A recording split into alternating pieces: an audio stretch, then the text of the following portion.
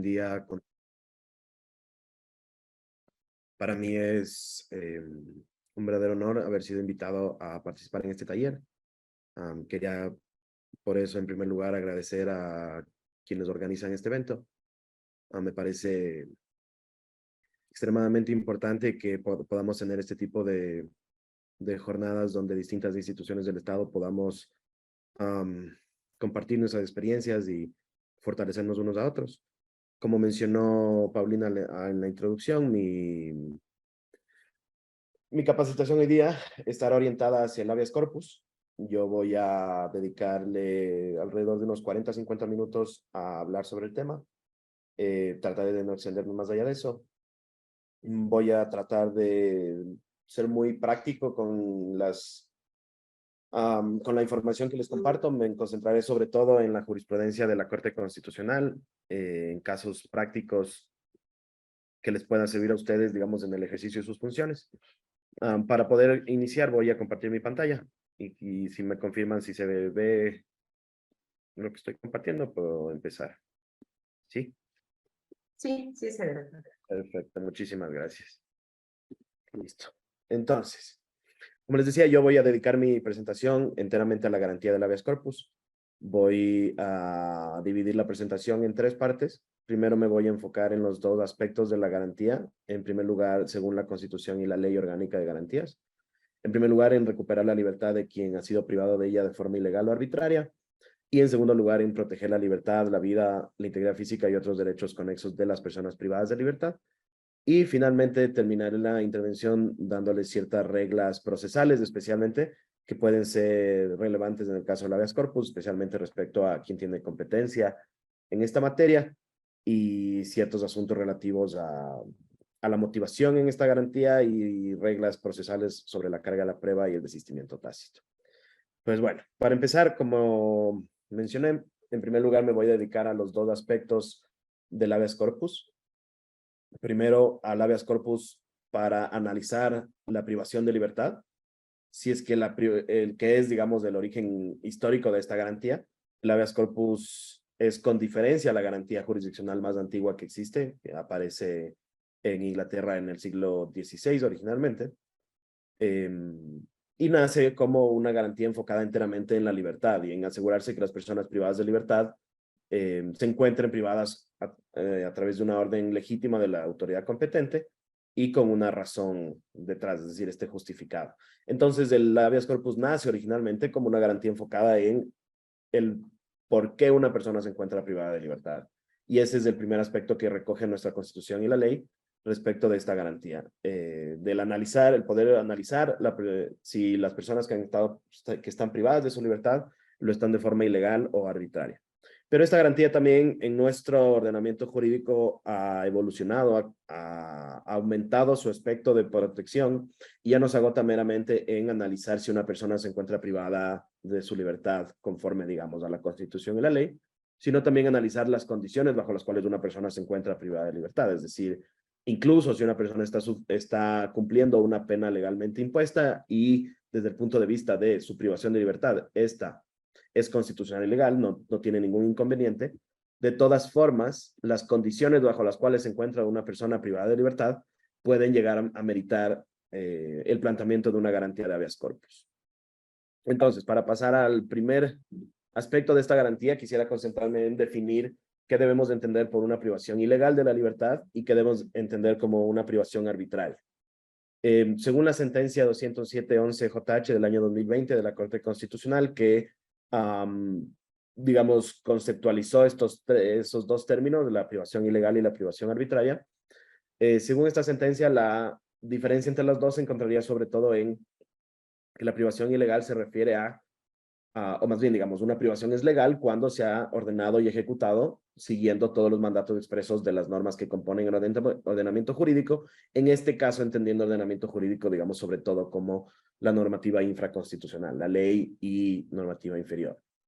Entonces, desde lo que la Corte Constitucional establece es que las órdenes de privación de libertad deben ser legales en un sentido material y en un sentido formal. Una orden de privación de libertad es legal en un sentido material cuando se ha ordenado en estricto apego a las causas, casos y circunstancias que están expresamente tipificados en la ley penal, en nuestro caso en el COIP,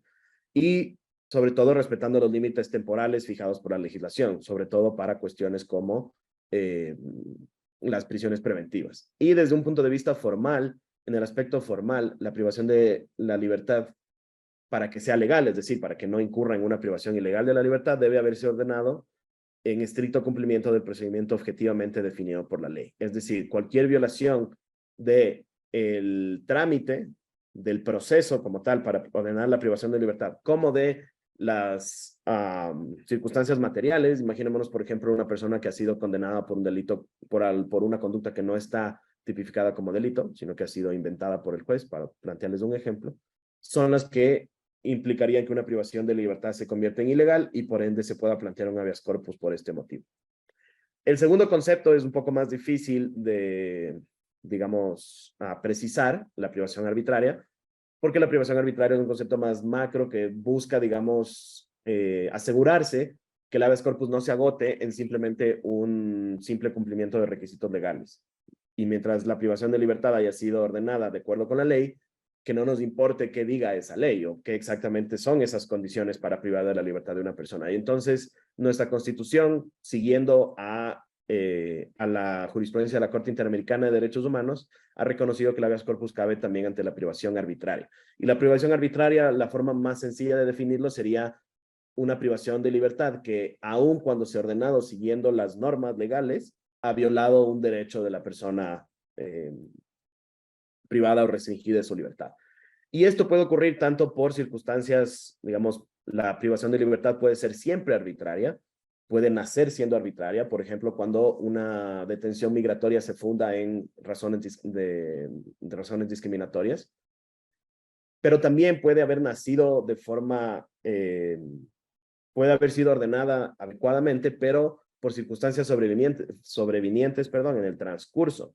de la privación de libertad pueden ocurrir circunstancias que hagan que esta privación se convierta en arbitraria. Según la sentencia 207-11-JH del año 2020, que es la que les digo que sistematizó y definió estos conceptos, algunas de las razones bajo las cuales una privación de la libertad podría ser arbitraria, si bien no son, digamos, absolutas, esto es un concepto, como les digo, bastante abierto, serían, entre otras, que que la privación de libertad implique la violación de algún derecho, por ejemplo, si es que la privación de libertad es el ejercicio legítimo de la libertad de expresión, si es que ocurre después de una grave vulneración del derecho al debido proceso y sobre todo de un juicio imparcial, si se funden motivos discriminatorios, si es que se trata de la detención para cualquier motivo de una persona que está solicitando asilo, o en general, si es que no es posible dar ningún sustento legal que justifique la aprobación de la libertad. En todos estos supuestos estaríamos ante una privación arbitraria. ¿Qué ejemplos puedo comentarles de casos en donde la privación de libertad puede haber nacido, digamos, de forma correcta y luego en el transcurso del tiempo se volvió arbitraria? En la jurisprudencia de la Corte hay algunos ejemplos. Por ejemplo, la sentencia 247-17 CEPCC del año 2017 se refiere a un caso en el cual una persona durante su privación de libertad se embaraza y considerando que hay una norma en el Código de la Niñez y Adolescencia que prohíbe que las personas embarazadas estén en centros de privación de libertad en los mismos lugares que el resto de las personas, por este motivo, el momento en que la persona se embarazó dentro del centro de privación de libertad, en ese momento su privación de libertad se convertía en arbitraria y debían tomarse medidas para asegurarse que una persona embarazada no se encuentre en el mismo lugar que las otras. Otros ejemplos es cuando han transcurrido los plazos de caducidad del internamiento preventivo. En la sentencia 207-11, que es la que les vengo comentando, la Corte analizó qué ocurre cuando un adolescente infractor que se encuentra en internamiento preventivo, se ha excedido el tiempo máximo que establece el Código Orgánico de la Niñez y Adolescencia. Y lo que la Corte hizo es, partiendo de la importancia de los derechos del niño, de la doctrina de la protección integral, del principio del interés superior del niño y sobre todo del peso que el paso del tiempo tiene para personas que todavía se encuentran en formación, niños, niñas y adolescentes sobre todo, que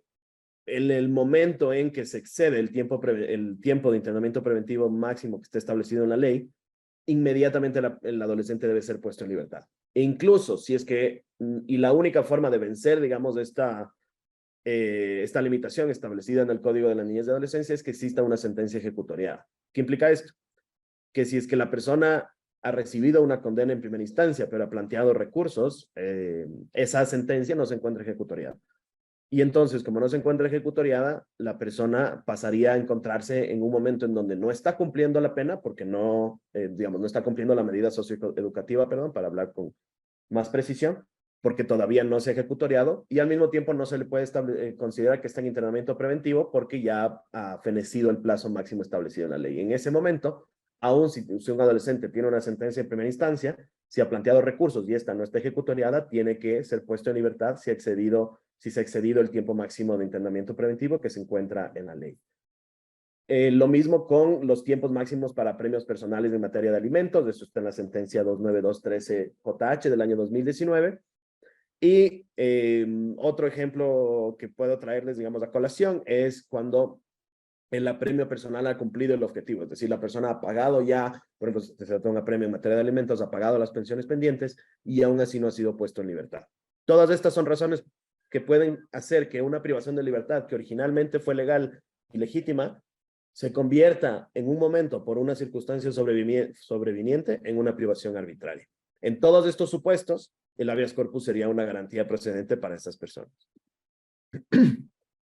Eso en cuanto a la primera dimensión del habeas corpus, que busca analizar que las privaciones de libertad hayan sido ordenadas de forma legal, es decir, cumpliendo formal y materialmente todas las disposiciones del ordenamiento jurídico y además respetando los derechos constitucionales de las personas, es decir, no arbitrario. Pero además de analizar las privaciones de libertad, como les decía al inicio, la garantía del habeas corpus ha ampliado su aspecto de protección y ya no se agota meramente en analizar si una persona ha sido privada de su libertad de forma adecuada o no, sino que también su segunda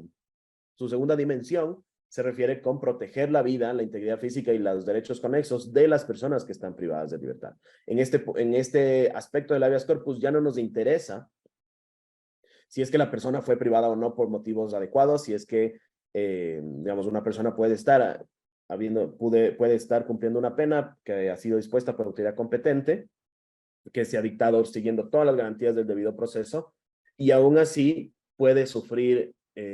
afectaciones durante el tiempo que esté privado de la libertad que hagan que una garantía del habeas corpus sea necesaria para tutelar sus derechos. Este segundo aspecto del habeas corpus a veces se conoce como correctivo, porque ya no busca evitar la privación de libertad, es decir, sacar a la persona y que se encuentre en libertad, sino busca corregir la situación en la que se encuentra esa persona y asegurarse que si la persona está cumpliendo una pena y bajo el ordenamiento jurídico debe encontrarse privada de su libertad, eso es lo único que la pena se agota hasta ahí. Y no puede la privación de libertad ser una razón que justifique que esa persona, por ejemplo, sea víctima de afectaciones a su integridad física o personal, o en general a violaciones de sus derechos mientras se encuentra privada de su libertad. Al contrario,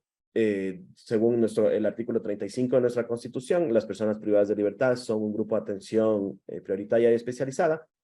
y por ende es sin duda uno de los elementos más importantes de la garantía del habeas corpus, es asegurar que las personas privadas de libertad solamente estén privadas solamente sufran su pena y ninguna otra consecuencia adicional más allá de la pena establecida en el ordenamiento jurídico. Y entonces, la protección de la vida, integridad física y derechos conexos de las personas privadas de libertad o restringidas de su libertad, porque si bien el habeas corpus usualmente se lo conecta con las personas privadas de libertad en el sentido de centros de rehabilitación social, pero pueden existir muchas otras formas en las cuales una persona puede estar privada o restringida de su libertad. En estas otras formas, también el habeas corpus sirve para tutelar los derechos de esas personas. Entonces, para ponerles algunos ejemplos de sentencias en las cuales la Corte se ha referido a la protección de la vida, integridad física o derechos conexos de las personas que ya están privadas o restringidas de su libertad, serían, por ejemplo, las siguientes. En la sentencia 202-19-JH del año 2021, la Corte Constitucional se refiere a las circunstancias en las cuales una persona puede estar en una medida de acogimiento institucional. En este caso se trataba de 3 niñas para las cuales se dispuso una medida de acogimiento institucional y fue la madre de estas personas, de estas niñas, la que planteó, el habeas corpus en favor de ellas. En este caso, igual, lo que la Corte se centró en es asegurarse que el acogimiento institucional de estas niñas haya se haya realizado en respeto de sus derechos. ¿Qué más? Puede ocurrir casos en los cuales las personas privadas de libertad, sobre todo las mujeres, se pueden encontrar en situaciones de embarazo o de lactancia. En este caso también, la garantía del habeas corpus puede ser una garantía idónea para que las personas puedan asegurarse que si se encuentran en estas condiciones, ya sea en un estado de gestación o en un estado posterior de lactancia, puedan efectivamente tener acceso a las condiciones necesarias para poder ejercer los derechos relacionados con su maternidad. Otros casos. Voy a dejar los casos de tortura para después porque en esos me quiero concentrar bastante. Y otros ejemplos de casos en los cuales el habeas corpus puede servir para tutelar derechos específicos de las personas que están privadas de libertad serían los casos de privación de libertad y derecho a la salud. Es muy común que en nuestros centros de privación de libertad las personas que se encuentran ahí sufran de enfermedades y en general de condiciones que puedan requerir una atención médica urgente. La Corte Constitucional también ha establecido que el habeas corpus es una garantía que permite tutelar el derecho a la salud en cuanto la ley se refiere a vida, integridad física y derechos conexos. La Corte ha entendido que uno de estos derechos conexos es el derecho a la salud, que también estaría tutelado directamente por el derecho a la vida. Y lo que ha establecido es un sistema escalonado, en el cual si es que una persona puede recibir la atención médica que necesita dentro del centro, esa es la medida adecuada y no se puede ordenar ninguna otra. Si es que la persona requiere atención que no se puede prestar en ese centro, pero que la persona puede salir, recibir la atención y regresar, entonces esa es la medida que se tiene que ordenar. Y solamente en el caso en que la atención médica no se puede dar dentro del centro de privación de libertad o no se puede realizar permitiendo que la persona salga, reciba la atención y regrese, entonces se podría llegar a cambiar en situaciones así de excepcionales, cuando estamos hablando de tratamientos médicos de un nivel de complejidad o especialización que solo se puede realizar en lugares específicos. Pensemos cuando se requieren máquinas o cuestiones que tienen que estar conectadas de forma permanente a los pacientes, o incluso tratamientos que no existen en el Ecuador. Pensemos en una persona que tiene que recibir un tratamiento médico que solo puede obtenerse en otro lugar en el extranjero. En ese tipo de situaciones excepcionales, la Corte ha señalado que si es que no se puede recibir la atención en el centro, no se puede retirar temporalmente a la persona para que reciba la atención y luego regrese, entonces podría llegar a ser en esa situación excepcional procedente que a la persona se le modifiquen la medida de privación de libertad por otro tipo de medidas para que efectivamente pueda recibir la atención médica que necesita. Pasemos ahora específicamente a hablar del habeas corpus correctivo cuando se refiere a violaciones a la integridad personal, es decir, en general a casos de tortura o tratos crueles, inhumanos o degradantes que ocurran dentro de los centros de privación de libertad. En este caso, la sentencia, digamos, la más importante de la Corte y la que marca la línea jurisprudencial, en esta materia, es la 365-18JH del año 2021, que es una sentencia muy importante por los casos a los que se refiere y por la situación que está tratando de enfrentarse, pero que lastimosamente ha sido una sentencia, digamos, mal utilizada o que se ha buscado abusar de su contenido más allá de lo que se puede razonablemente interpretar que establece con miras a favorecer situaciones que no estaba buscando tutelar. Pero yo creo que para entender la importancia de esta sentencia, tenemos que empezar por ver los casos que estaba conociendo la Corte. En la sentencia 365-18JH del año 2021, la Corte conoció 4 casos de distintos grados de afectaciones a la integridad personal. Algunos que llegaban al nivel de torturas y otros que no llegaban a, digamos, o sea, que podrían ser denominados como tratos crueles, inhumanos o degradantes, que no tenían el nivel de gravedad como para ser calificados como tortura. Pero en todos estos casos, la Corte estaba conociendo casos considerablemente graves de personas que durante su privación de libertad habían recibido afectaciones a su integridad personal, entre otras las siguientes. En el caso o sea, fueron 4 casos acumulados que conoció la Corte que se refieren a 4 situaciones distintas que ocurrieron en distintos centros de privación de libertad. 2 ocurrieron en el Turi, 1 en Los Ríos y 1 en el Centro de Rehabilitación Social de Loja. Y en general se refieren a situaciones, digamos, bastante generalizadas en los sistemas de privación de libertad de nuestro país, que son como constantes violaciones a la integridad personal. En el caso de Francisco, la primera persona, el primer caso que conoció la corte, fue una persona que fue aislada por más de una semana y que recibió golpes y descargas eléctricas por parte de tanto guías penitenciarios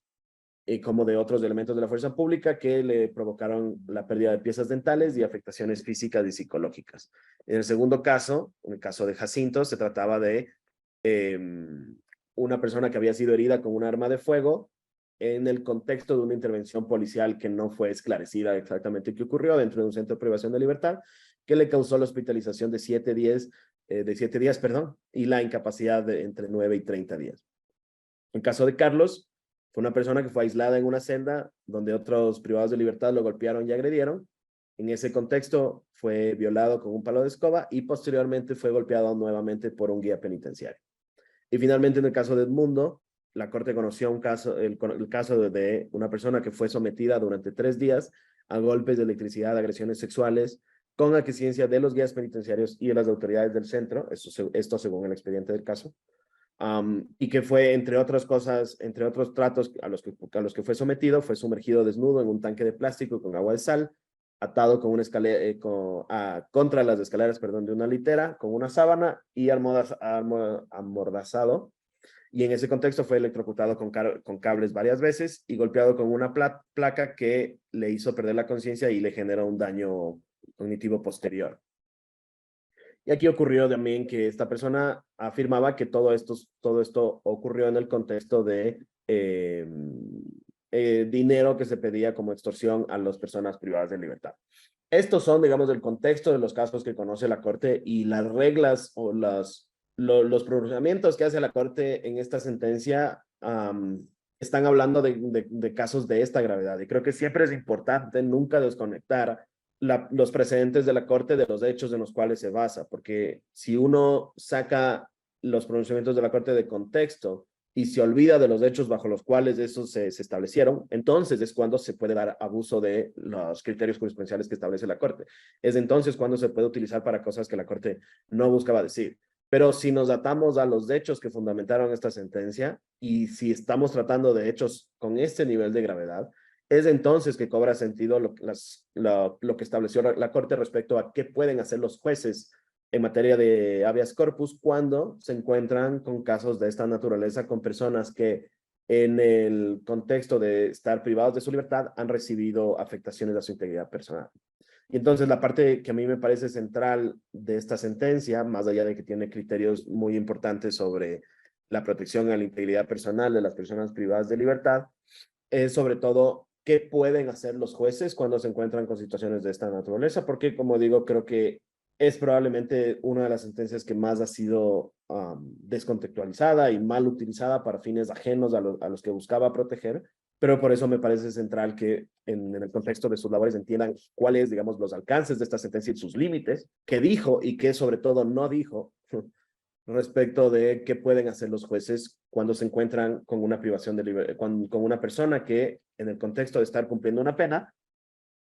ha recibido afectaciones graves a su libertad, a su integridad personal, perdón. Y lo que la Corte estableció es que para establecer las medidas de reparación integral, los jueces tienen que primero distinguir si es que la privación de libertad se refiere al cumplimiento de una medida cautelar, si todavía no existe una sentencia ejecutoriada en contra de esta persona, o si ya se trata del cumplimiento de una pena establecida de forma legítima por autoridad competente. En el primer caso, si estamos ante una medida cautelar, lo que la Corte estableció es que la Corte Provincial o en general el juez competente para conocer la garantía tiene que establecer todas las medidas que se requieran para la protección de la integridad personal, lo que puede llegar a incluir ordenar la libertad de la persona, siempre y cuando la Corte establece el juez a cargo pueda demostrar con la debida fundamentación que esa es la única medida necesaria para tutelar el derecho a la integridad personal y lo único que puede hacer es disponer medidas alternativas a la prisión preventiva, no disponer la libertad de la persona de forma inmediata y sin más, sino únicamente modificar la medida cautelar por una medida alternativa a la prisión preventiva y disponer y remitir, perdón, inmediatamente la causa al juez que está conociendo la causa, el proceso penal, donde se dictó esa medida cautelar, para que inmediatamente revoque o sustituya la decisión tomada por el juez de habeas corpus. En este caso, entonces, el habeas corpus funciona simplemente como una medida para tomar una decisión urgente, más rápida de la que se puede tomar en el proceso penal, para que luego, en el contexto del proceso penal, el juez adecuado para conocer la medida cautelar, que es el juez penal que la dictó, pueda decidir si mantiene la medida alternativa que estableció el juez de habeas corpus o si la sustituya por una que considere más adecuada. En caso, en cambio, de que la persona se encuentre ya cumpliendo una pena, aquí tenemos que partir de que la Constitución, el artículo 89 de la Constitución, establece que si es que una persona que se encuentra privada de su libertad es víctima de tortura, debe ser puesta inmediatamente en libertad. Y entonces la Corte tiene que partir de lo que establece la Constitución y puede, hasta cierto sentido, racionalizar esa norma y darle ciertos límites, pero no puede ignorar que la Constitución establece que ante tortura la medida adecuada es la puesta en libertad de la persona. Y entonces, ¿qué estableció la Corte? Que se tiene que, en primer lugar, dictar todas las medidas necesarias para proteger la integridad personal, considerando sobre todo que el habeas corpus no es un mecanismo para la revisión de la pena, nunca se debe, y esta es la parte probablemente más difícil del habeas corpus, es lograr distinguir dónde comienza el proceso penal y dónde termina el habeas corpus. El área entre las dos es extremadamente gris y en ocasiones se pueden llegar a como confundir qué aspectos son competencia del juez penal que dictó la medida de privación de libertad y qué aspectos son de competencia del juez de habeas corpus. Pero una cosa que no es competencia del juez de habeas corpus y que no puede hacer bajo ningún contexto es revisar la pena y modificarla. Pero ¿qué sí puede hacer? En primer lugar, hay muchas otras medidas que no son, que no son dejar en libertad a una persona que el juez se encuentra habilitado para tomar.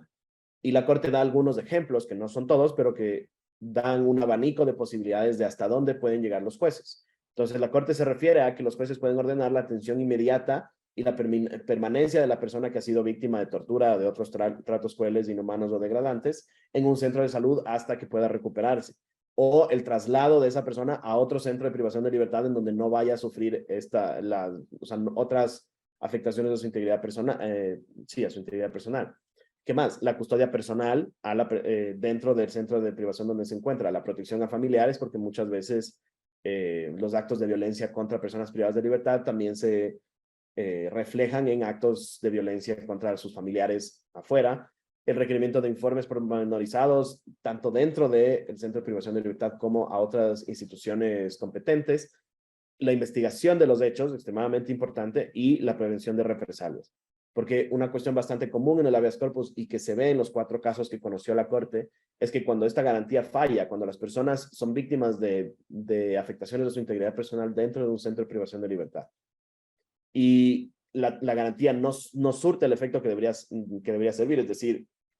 los jueces niegan esa garantía. Cuando esa persona regresa al centro, es muy común que sea víctima de nuevas represalias por haber planteado, digamos, por haberse quejado de esto en primer lugar. Y entonces otra cuestión central que los jueces deben concentrar su atención es asegurarse que la persona que ha denunciado estos hechos no sea víctima de represalias por el hecho de haberlos puesto en conocimiento de los jueces o en general de haber reclamado por sus afectaciones a la integridad personal.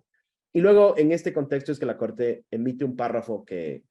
es el que, digamos, más ha sido sacado de contexto y utilizado para fines ajenos a lo que la sentencia buscaba establecer, que lo que hace es, como les decía, tratar de darle un sentido al artículo 89 de la Constitución, que establece que en casos de tortura, la medida adecuada es disponer la libertad de una persona.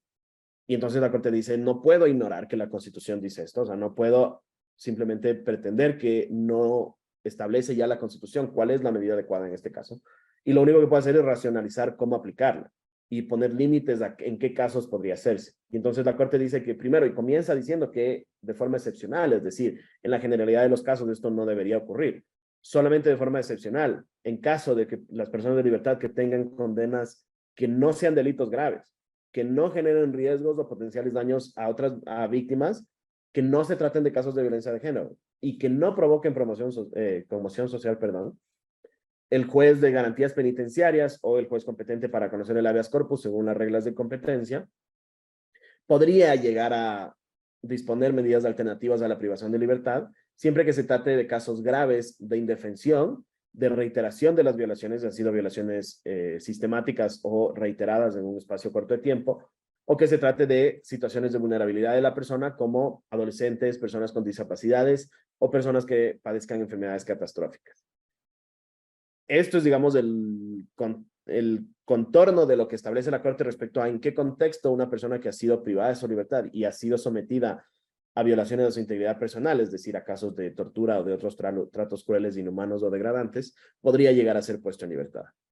Pero como pueden ver, el pronunciamiento de la Corte 1 está atado a los hechos de los casos que estaba conociendo. Es decir, esto se refiere solamente a casos graves de tortura o otros tratos crueles, inhumanos y degradantes. No a cualquier afectación que pueda reclamar una persona privada de libertad, por ejemplo, respecto a su salud. Estos criterios no son aplicables cuando se refiere a potenciales afectaciones al derecho a la salud de una persona. Para violaciones al derecho a la salud tenemos otros estándares que son los que les mencioné, pero esto es específicamente para casos de tortura o tratos crueles, inhumanos y degradantes. Si no estamos hablando de conductas de esa gravedad, o sea, de afectaciones de las personas privadas de libertad de esa gravedad, no estamos en el contexto de este caso. Es decir, no estamos en el contexto de que podría llegar a dictarse medidas alternativas a la privación de libertad. En segundo lugar, estamos hablando de personas que han sido condenadas solamente por delitos que no sean graves, que no generen riesgo para las víctimas y que no generen conmoción social. Esto excluye que se pueda utilizar este pronunciamiento de la Corte en delitos graves, es decir, en cualquier cuestión que se refiera a graves vulneraciones de derechos humanos, delitos contra la administración pública, porque en general esos delitos generan conmoción social, todos los delitos que se refieren a violencia de género y violencia intrafamiliar, porque están expresamente mencionados por la Corte, y así estaríamos hablando de simplemente cuando estamos ante delitos que no revisten de gravedad y en donde la protección a la persona adquiere un peso mayor que la necesidad de que las personas que han sido condenadas por delitos cumplan la pena que ha estado establecida en la ley. Y finalmente, para terminar mi intervención de forma rápida, quería hablar brevemente sobre las reglas de competencia en materia de habeas corpus, porque a diferencia de las demás garantías, tienen reglas, el habeas corpus tiene reglas muy especiales sobre la competencia que dependen de en qué contexto se encuentra privada de la libertad de una persona. La regla general, cuando estamos ante privaciones de libertad que no han sido ordenadas por un juez en el contexto de un proceso penal, es decir, privaciones de libertad ordenadas por particulares, privaciones de libertad realizadas directamente por agentes de policía sin una orden de autoridad competente, y en general toda privación de libertad que no fue ordenada por un juez, la regla general es que quien debe conocer el habeas corpus es cualquier juez o jueza del lugar donde se presuma que está privada de libertad la persona. Si se desconoce dónde está privada de la libertad de la persona, aquí de nuevo estamos hablando solamente cuando la medida de privación no fue dictada por un juez. Si la medida de privación de libertad fue dictada por un juez, no se aplica la regla de cuando no, se desconoce el lugar de privación de libertad. Pero este supuesto está específicamente pensado en los supuestos de desaparición forzada de personas. En esos casos, cuando se ha privado la libertad de una persona, el Estado ha desaparecido a una persona y no provee ninguna información sobre su paradero, entonces en esos supuestos excepcionales es que se permite presentar la acción ante el juez o jueza del domicilio del accionante, independientemente de dónde se encuentre privada de libertad la persona. Ahora, pasemos a qué ocurre cuando ya la privación de libertad sí ha sido ordenada por un juez. Y aquí depende el nivel de competencia de en dónde se ha dictado la privación de libertad. Si estamos hablando de una privación de libertad dictada por un juez de primer nivel, el competente será la Corte Provincial de Justicia y si habrá más de una sala, se sortea entre ellas. Luego, si la privación de libertad es ordenada directamente por la Corte Provincial, el habeas corpus en primera instancia se plantea ante la Corte Nacional y la apelación la conoce otra sala de la Corte Nacional. Y finalmente, que también ocurre bastante, no solamente en casos de fuero, sino en otros casos en donde la medida de privación de libertad ha sido ordenada directamente por la Corte Nacional, para asegurarse que el juez que conoce el habeas corpus no sea inferior al juez que dictó la privación de libertad, en estos casos entonces, primera instancia lo conoce otra sala de la Corte Nacional y segunda instancia una sala distinta de la Corte Nacional de Justicia. Y finalmente, cuando estamos hablando de personas que están cumpliendo una pena, es decir, cuando estamos hablando del habeas corpus correctivo 100%, cuando ya no nos referimos a una persona que quiere cuestionar las razones por las cuales está privada de su libertad, sino que estando privada de libertad por una pena que ha sido establecida conforme a la ley, quiere cuestionar las condiciones bajo las cuales se encuentra privada de libertad, es decir, si se trata de la ejecución de una pena, el competente, según la sentencia 365-18 JH del año 2021, conforme a las reformas que se realizaron al Código Orgánico de la Función Judicial en el año 2020, serían los jueces de garantías penitenciarios que conforme a la Constitución deberían existir siempre que exista un centro de privación de libertad. Como eso en la realidad todavía no ocurre, no existe todavía suficientes jueces de garantías penitenciarios para todos los centros de privación de libertad, lo que se aplica o lo que según la Corte se debe aplicar son las reglas establecidas por el Consejo de la Judicatura, es decir, usualmente serán los jueces multicompetentes que se encuentren a cargo de conocer las causas que deberían corresponder a los jueces de garantías penitenciarias. Y finalmente, ¿qué ocurre si es que un juez es incompetente? En materia de habeas corpus estamos hablando de la privación de libertad de una persona y de personas que pueden estar sufriendo graves afectaciones, y entonces la ley establece que el trámite del habeas corpus debe ser inmediato. Siguiendo los tiempos de la ley, un habeas corpus no debería durar más allá de 2 o 3 días. La audiencia se debe ordenar en 24 horas desde que se ha planteado la demanda. Entonces, hay sin duda un elemento de inmediatez central. Si es que el habeas corpus no se responde rápido, ha perdido toda su esencia. Y entonces, ¿qué ocurre si es que un juez es incompetente y entonces no puede conocer la garantía, pero al mismo tiempo entiende o debemos, digamos, estar conscientes de la necesidad de que el habeas corpus sea resuelto con inmediatez? Lo que la Corte ha establecido es que, en primer lugar, la incompetencia se debe motivar adecuadamente porque la regla general es que debe conocer la causa, es decir, no existe inhibición en general en materia de garantías jurisdiccionales. Y si es que solamente por materia de territorios o grados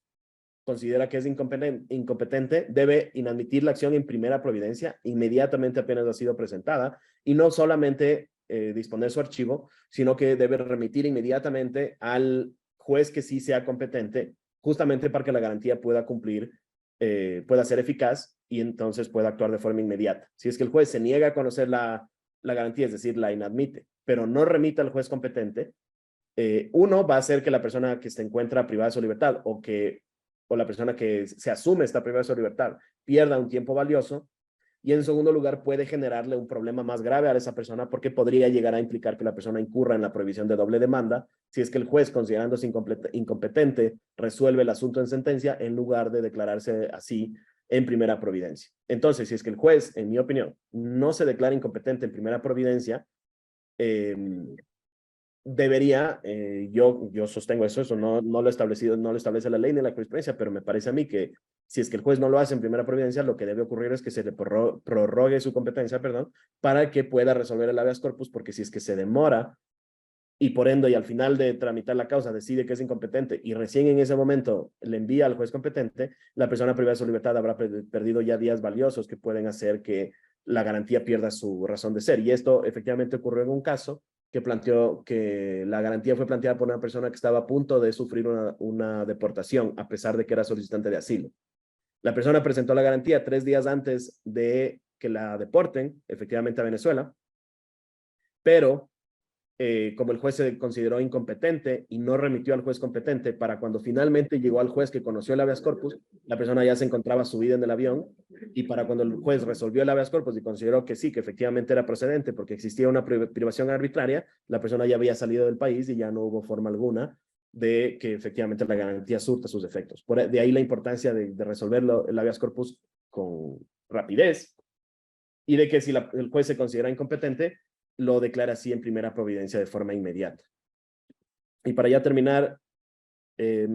solo quisiera dedicar unos últimos minutos a hablar sobre ciertas reglas particulares del habeas corpus que creo que pueden ser bastante relevantes al momento de tener que, sobre todo, digamos, defenderse de uno. En primer lugar, la carga de la prueba. Y esto es una cuestión que todavía resulta difícil de que cale efectivamente en las autoridades judiciales y administrativas del país, de quién debe demostrar las cuestiones en materia de garantías jurisdiccionales, y específicamente en casos de habeas corpus. Si estamos hablando de personas que están privadas de su libertad, según los estándares internacionales de materia de derechos humanos, el Estado tiene un rol de garante respecto a esas personas. Y todo lo que ocurre a las personas privadas de libertad, inmediatamente es responsabilidad del Estado, sin necesidad de demostrar un vínculo específico con actuaciones específicas del Estado, sino que por su posición de garante, todo lo que ocurre dentro de un centro de privación inmediatamente es responsabilidad del Estado. ¿Qué implica esto? Que si una persona plantea un habeas corpus y cuestiona sus condiciones de privación de libertad, es decir, por ejemplo, afirma haber sido víctima de actos de tortura o de tratos crueles e inhumanos y degradantes, es el Estado, a través de sus autoridades competentes, el que debe demostrar que esto no ocurrió, y que debe demostrar que se ha asegurado que la persona privada de libertad ha se encontraba privado en condiciones que no han violado sus derechos. Si no lo hace, si el Estado no puede demostrar que la persona privada de libertad no ha sufrido malos tratos, solamente ante la mera afirmación de la persona, ya el juzgador debería presumir que el Estado es el responsable y debería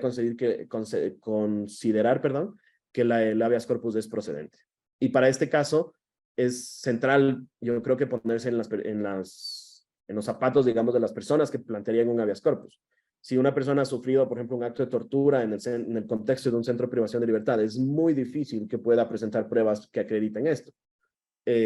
Este tipo de actos ocurren en situaciones específicamente diseñadas para que no existan pruebas al respecto. E incluso si luego, por ende, si luego las personas tienen exámenes médicos que dan cuentas de las lesiones, eso debería ser una prueba fundamental respecto de otros elementos probatorios al momento de determinar si ocurrió alguna forma de maltrato o no. Finalmente, en materia de habeas corpus, no cabe el desistimiento tácito. En garantías jurisdiccionales en general, si la persona accionante no acude a la audiencia y su presencia es indispensable para demostrar el daño, el juez puede declarar el desistimiento tácito de la acción y ordenar su archivo.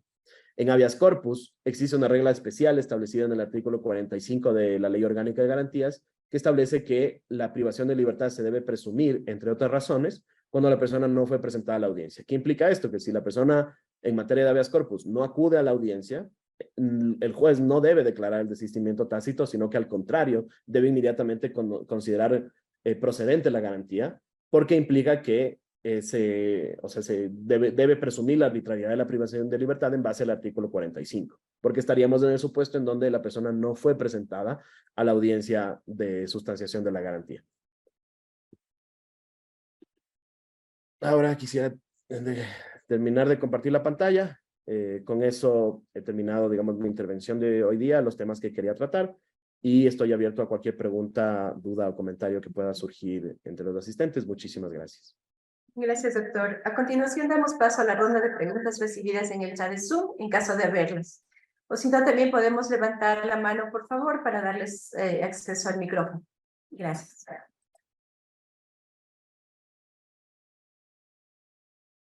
Clever Torres. Tenemos al señor Clever Torres.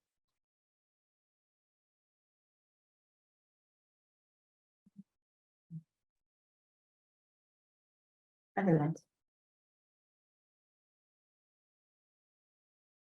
Se silenció su micrófono, por favor, si le puede activar. Clever Torres. El señor Clever Torres. Ahí está, por favor. Adelante. Gracias. Sí, yo tengo una consulta. Trabajo en el Centro de Privación Guayas número 5 de la ciudad de Guayaquil. Hemos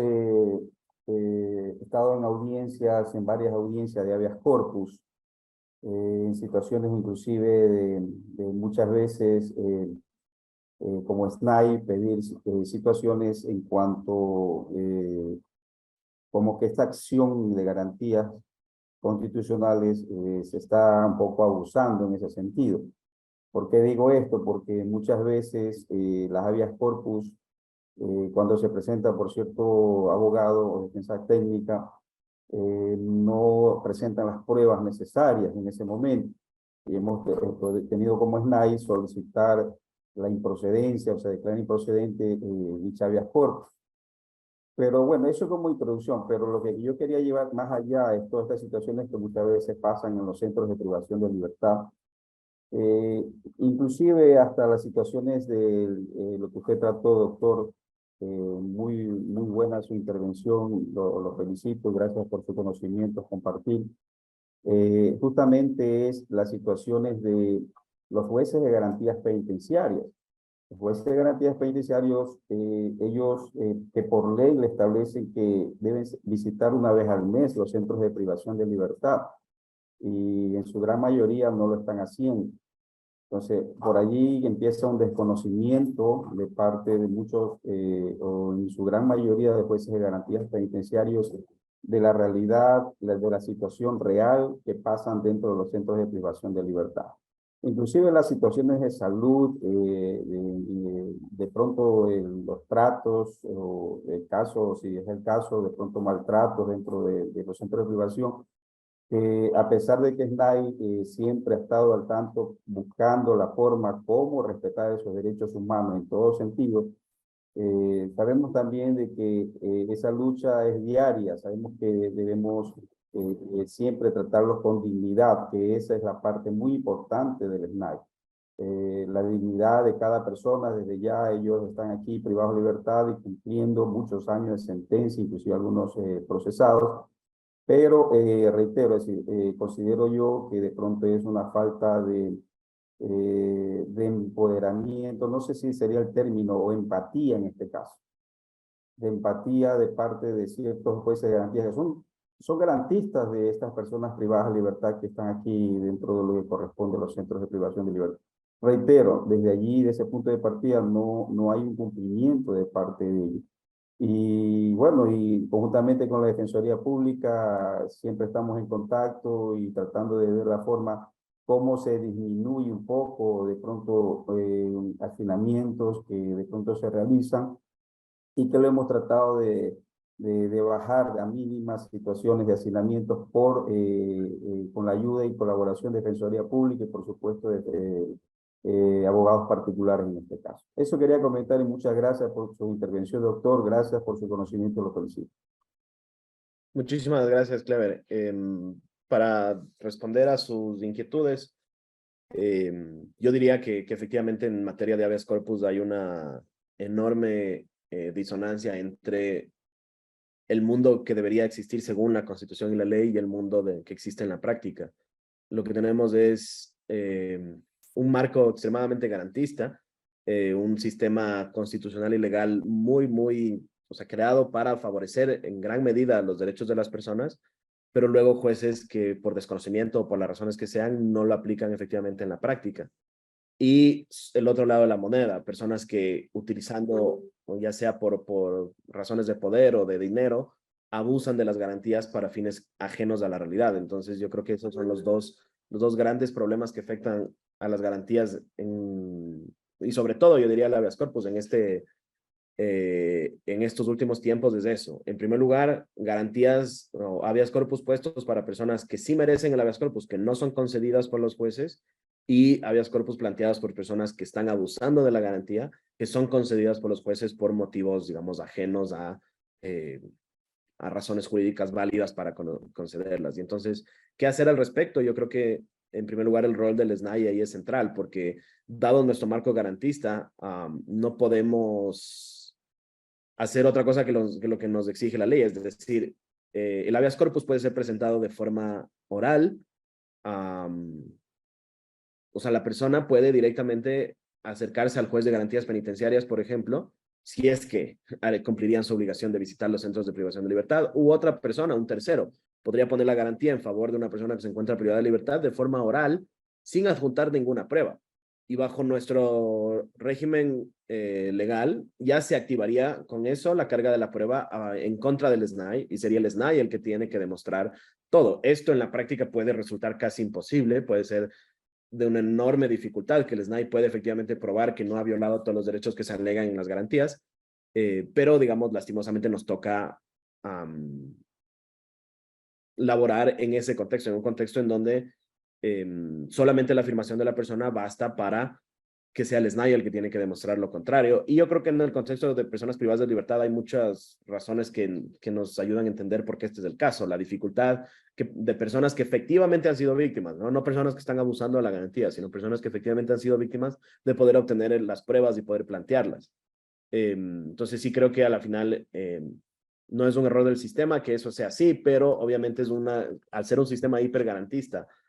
el potencial de abuso es grandísimo. Y lo que estamos viendo ahora es muchísimo abuso de las garantías que han restado legitimidad a las figuras como tal. Mucha gente se ha desencantado de la existencia como tal de las garantías y ha dejado de verlas como mecanismos que sirvan para tutelar sus derechos, y ahora más o menos se han distorsionado en mecanismos que sirven para tutelar a delincuentes y políticos corruptos. Entonces, creo que ahí el rol de las instituciones del Estado de como defender adecuadamente estas garantías, de, digamos, incluso aceptar cuando puedan ocurrir violaciones a la integridad personal que deben ser reparadas, pero pelear con todas en las que realmente se están abusando y se está tratando de utilizar el habeas corpus para fines ajenos. Y finalmente, yo nunca lo había pensado, pero ante su pregunta se me ocurrió que si los jueces de garantías penitenciarias están incumpliendo su obligación de visitar los centros de privación de libertad, sí hay acciones que se podría plantear contra eso. Porque sin duda, una de las cosas esenciales que debería haber y la razón por la cual la Corte estableció que la competencia en materia de ejecución de la pena sea de los jueces de garantías penitenciarios es por la cercanía que al menos en teoría debería haber entre ellos y los centros. Deberían estar cotidianamente ahí, o sea, visitándolos, conociendo la realidad de las personas y por ende la Corte entendía están en una mejor situación para resolver las garantías que planteen en cada uno de estos centros porque conocen esa realidad de cerca. Pero luego, si no están cumpliendo con su obligación de efectivamente visitar los centros y conocerlos, la propia razón de haberles otorgado competencia a ellos pierde un poco el sentido. Eso es lo que podría, digamos, comentar respecto a su pregunta. Muchísimas gracias, Cleve.